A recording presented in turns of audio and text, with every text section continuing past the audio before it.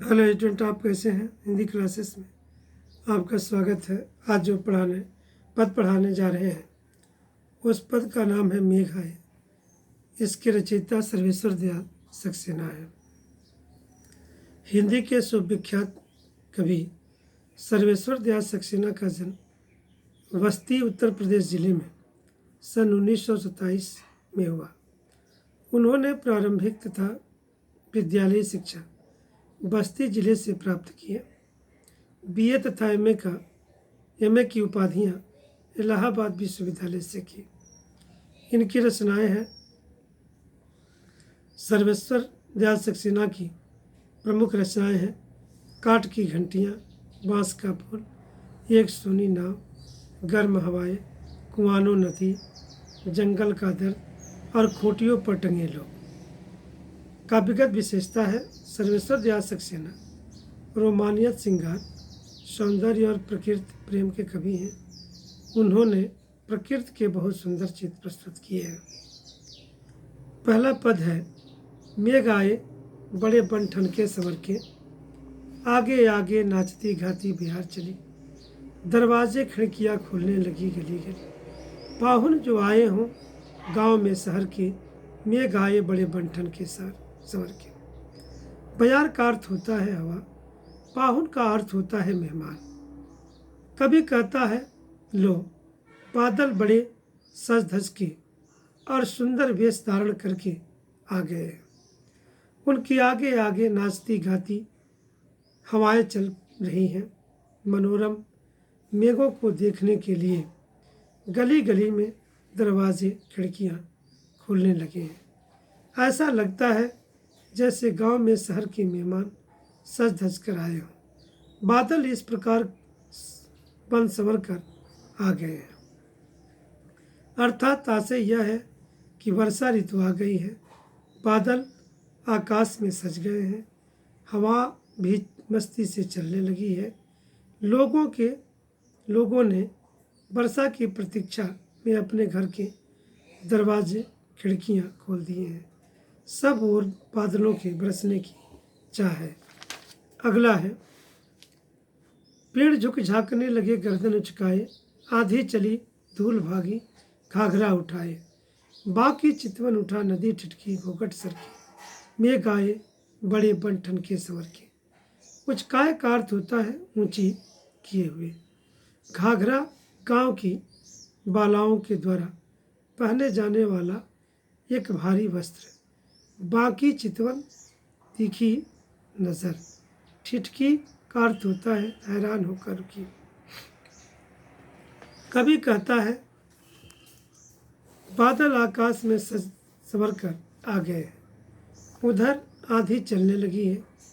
पेड़ हवा के कारण ऐसे झुक गए हैं मानो वे गर्दन उचकाकर मेघों की ओर झांकने लगे हों। धूल ऐसे भाग रही है मानो कोई ग्रामीण बाला उत्साह से अपने वस्त्र को समेट कर भागती जा रही हो। नदी मेघों को तिरछी नज़रों से देखकर ठिठक गई सी लगती है। स्त्रियों ने अपने घूंघट खोल दिए हैं, अर्थात आशय यह है कि मेघ आकाश में सुशोभित है। हवा के कारण पेड़ नीचे को झुक गए हैं। धूल भरी आंधी चल पड़ी है।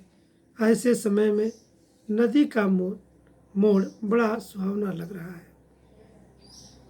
तीसरा पद है बूढ़े पीपल ने आगे बढ़कर जुहार की, बरस बाद शुद्ध लिन्ही, बोली अकुलाई लता उठ हो की वार की, हर्ष आया ताल लाया पानी परात भर के, मेघ आए बड़े बन ठनके संवर के।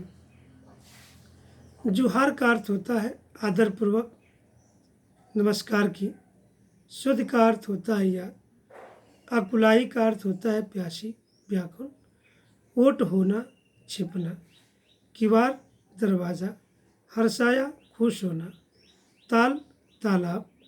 परात थाल जैसा बड़ा बर्तन। कभी कहता है आकाश में बादल सन संवर कर आ गए हैं। पीपल के बूढ़े पेड़ ने झुककर मानो उसे नमस्कार किया।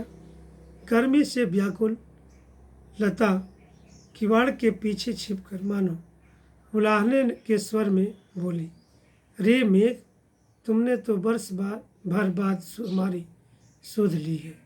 गांव का तालाब मेघ के आने की खुशी में आनंद मग्न होकर पानी की परत भर लाया है। अर्थात आशय यह है कि वर्षा ऋतु है, मेघ आकाश में सजे हुए हैं, पीपल का पुराना वृक्ष ठंडी हवा के झोंकों से झुक गया है, प्यासी लताएं पानी बरसने की आशा में खुश है। तालाब का पानी भी आज लहरें ले रहा है, सारी प्रकृति प्रसन्न है। अगला पद है, क्षितिज अटारी गहराई दामिनी दमकी, क्षमा करो गांठ खुल गई है भ्रम की, बांध टूटा झरझर मिलन के यस्त्र ढरके, मेघ आए बड़े बंठन के स्वर के। क्षितिज का अर्थ होता है जहाँ धरती और आकाश मिलते प्रतीत होते हैं। अटारी का अर्थ होता है पक्की इमारत। गहराई छा गई, भर गई। दामिनी बिजली, गांठ खुल गई, प्रकट हो गया, समाप्त हो गया। बांध शेत, अस्त्र आंसू। कवि कहता है आकाश में बादल इस तरह सघन होकर छा गए हैं जैसे अतिथि के आगमन पर अटारी पर लोगों का जमघट लग जाता है। बिजली दमक उठी है, ओ बादलों क्षमा करो, हमारे भ्रम की गांठ खोल गई है। हमें भ्रम था कि तुम नहीं बरसोगे, पर तुम बरस पड़े हो। झरझर की आवाज़ में तुम्हारा प्रेम उमड़ पड़ा है। धारासार वर्षा के रूप में मिलन के आंसू ढुलक चले हैं। इस प्रकार वर्षा के बादल संसवर कर आकाश में छा गए हैं। अर्थात आशय यह है कि आकाश में दूर तक बादलों का जमघट लगा है, अब वे धारासार बरस पड़े हैं।